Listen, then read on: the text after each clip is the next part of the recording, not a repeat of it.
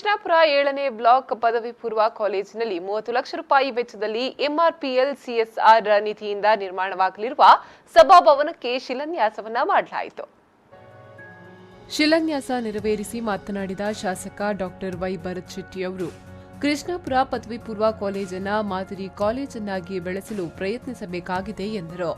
ಹಾಗೆ ನಮಗೆ ಹತ್ತಿರದಲ್ಲಿ ಎಂಆರ್ಪಿಎಲ್ ಎಂಸಿಎಫ್ ಇಂಥ ಸಂಸ್ಥೆಗಳು ಎನ್ಎಂಬಿಟಿ ಇವರೆಲ್ಲ ಸಹ ಇದ್ದಾರೆ.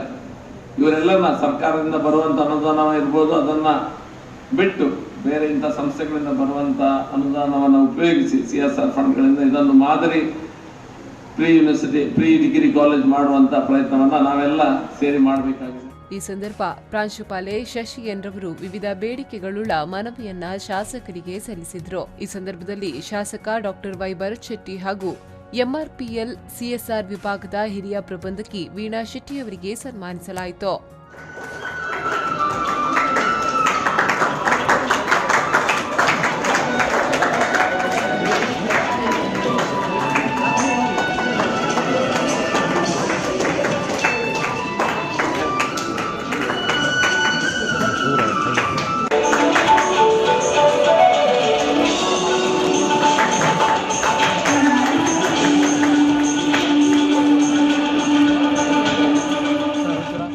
ಕಾರ್ಯಕ್ರಮದಲ್ಲಿ ಕಾರ್ಪೊರೇಟರ್ ತಿಲಕ್ ರಾಜ್ ಕೃಷ್ಣಾಪುರ, ಆಯಾಸ್ ಕಾಲೇಜು ಅಭಿವೃದ್ಧಿ ಸಮಿತಿಯ ಉಪಾಧ್ಯಕ್ಷ ಅಶೋಕ್ ಕೃಷ್ಣಾಪುರ, ಅಭಿವೃದ್ಧಿ ಸಮಿತಿಯ ಸದಸ್ಯರು, ವಿದ್ಯಾರ್ಥಿಗಳು, ಪೋಷಕರು ಉಪಸ್ಥಿತರಿದ್ದರು.